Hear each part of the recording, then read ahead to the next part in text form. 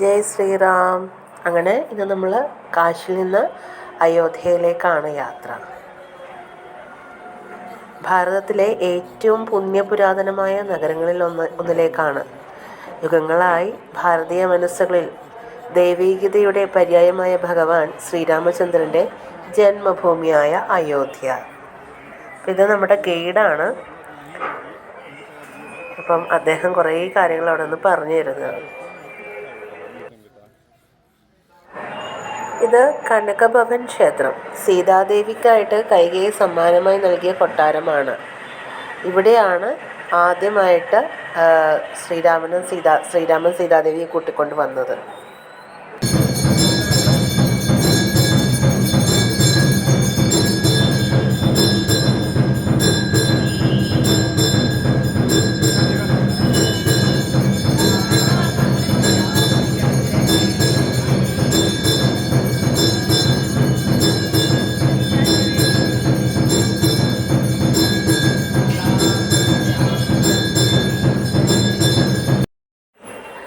ഇവിടെ പോയി കഴിഞ്ഞാൽ നമുക്ക് സീതാദേവി ആദ്യമായിട്ട് കോരിയ കിണർ കാണാൻ പറ്റും. അതുപോലെ സീതാദേവി പാചകം ചെയ്ത അടുക്കള കാണാൻ പറ്റും. അതുപോലെ അമ്മയ്ക്കൊരു സ്റ്റോർ റൂമൊക്കെ ഉണ്ട് അവിടെ. അപ്പോൾ അതൊക്കെ കാണാൻ പറ്റുന്നത് ഈ കനകഭവനിലാണ്. വളരെ മനോഹരമാണ് ഇവിടുത്തെ ഓരോ കാഴ്ചകളും.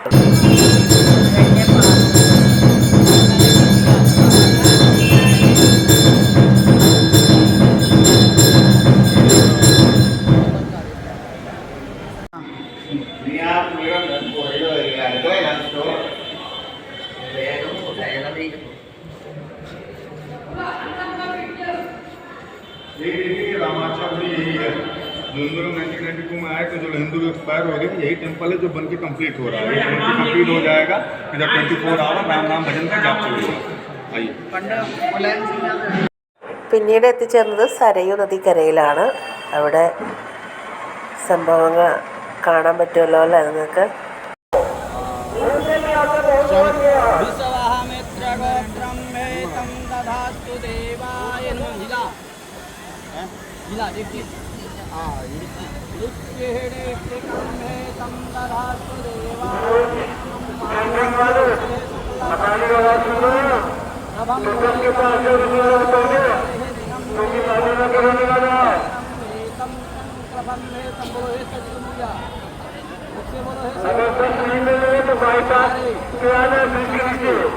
परिवार का कल्याण कीजिए।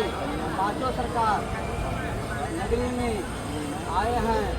राम जी, भरत जी, शत्रुघ्न जी, लखन जी, चारों भैया रक्षा करो। माता सीता भोग लगाया, समस्त परिवार के कल्याण है। यहाँ 5 सरकार की नगरी है बाबू। राम लक्ष्मण भरत शत्रुघ्न माता सीता इसलिए भोग पूजन। एक भोग का खर्चा 251 पड़ता है, बता दिया जाता है। 2 भोग करो, 5 भोग करो, जैसी समझ जो करा दे एक करा दे। नहीं भोग नहीं करना भी। यही संकल्प पूजन का भोग है और कोई नहीं है। 2 कराएं, 1 कराएं। नहीं अभी नहीं चाहिए। एक पूजन का तो दक्षिणा दोगे ना, वही पूजन हो रहा है। और क्या दक्षिणा कुछ भी दे सके। बोलो राम जी के, बोलो राम जी के। 251 രൂപ കൊടുക്കാൻ ഞാൻ പറഞ്ഞു അതൊന്നും വേണ്ട. संकल्प किया 200 1 में माथा लगाओ, मस्तक से लगाओ इसको। ഇങ്ങനെ വെക്കാൻ.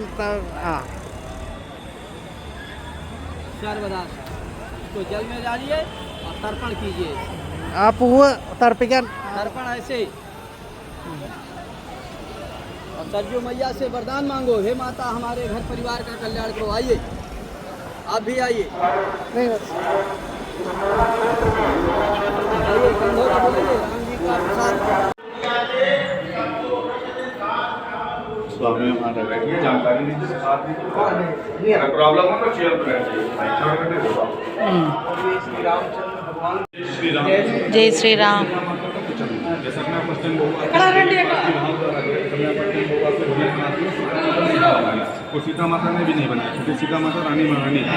उन्होंने बनारसी से अन्नपूर्णा माता को बुलाया, उन्होंने पूरी फैमिली का भोजन इंद्री बनाया, किसी प्लेस पे कराया। वो पता आज भी इधर चलती है। दोपहर में यहाँ मंगला आरती होने के बाद यहाँ पे हजारों साधु संत महात्मा गरीब जनों को यहाँ फ्री में भोजन मिलता है। यहाँ पे मेन स्वामी चलाते हैं।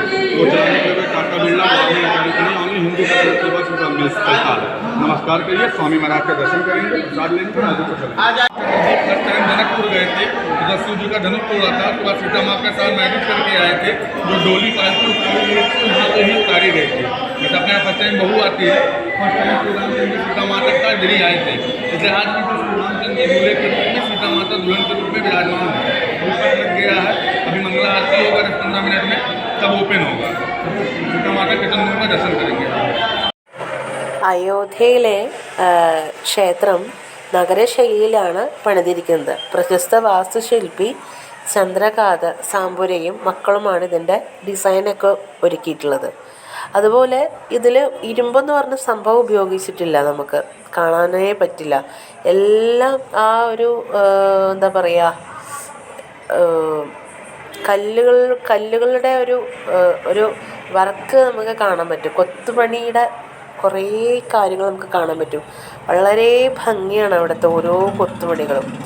ക്ഷേത്രത്തിന് ഏകദേശം 350 അടി നീളവും 200 അടി വീതിയും 161 അടി ഉയരവും ഉണ്ട്. 3 നിലകളിൽ ആയാണ് ക്ഷേത്രം നിർമ്മിച്ചിരിക്കുന്നത്. ഓരോ നിലയ്ക്കും 20 അടി ഉയരവുമുണ്ട്.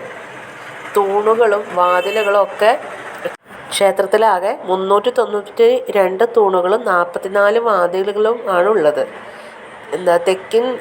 തേക്കിൻ്റെ തടിയിലാണ് കൊത്തിയെടുത്തത്. സ്വർണ്ണപ്പാളികളാണ് പതിച്ചിട്ടുള്ളത്.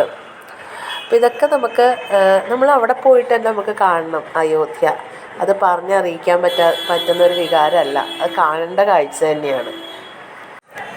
ഗൈഡ് ഒത്തിരി കാര്യങ്ങൾ വിശദീകരിക്കുന്നുണ്ട്. അതുതന്നെയാണ് ഞാൻ ആദ്യമേ നിങ്ങളോട് പറഞ്ഞ കുറേ കാര്യങ്ങൾ, അതുതന്നെയാണ് അദ്ദേഹം അവിടെ വിശദീകരിക്കുന്നത്.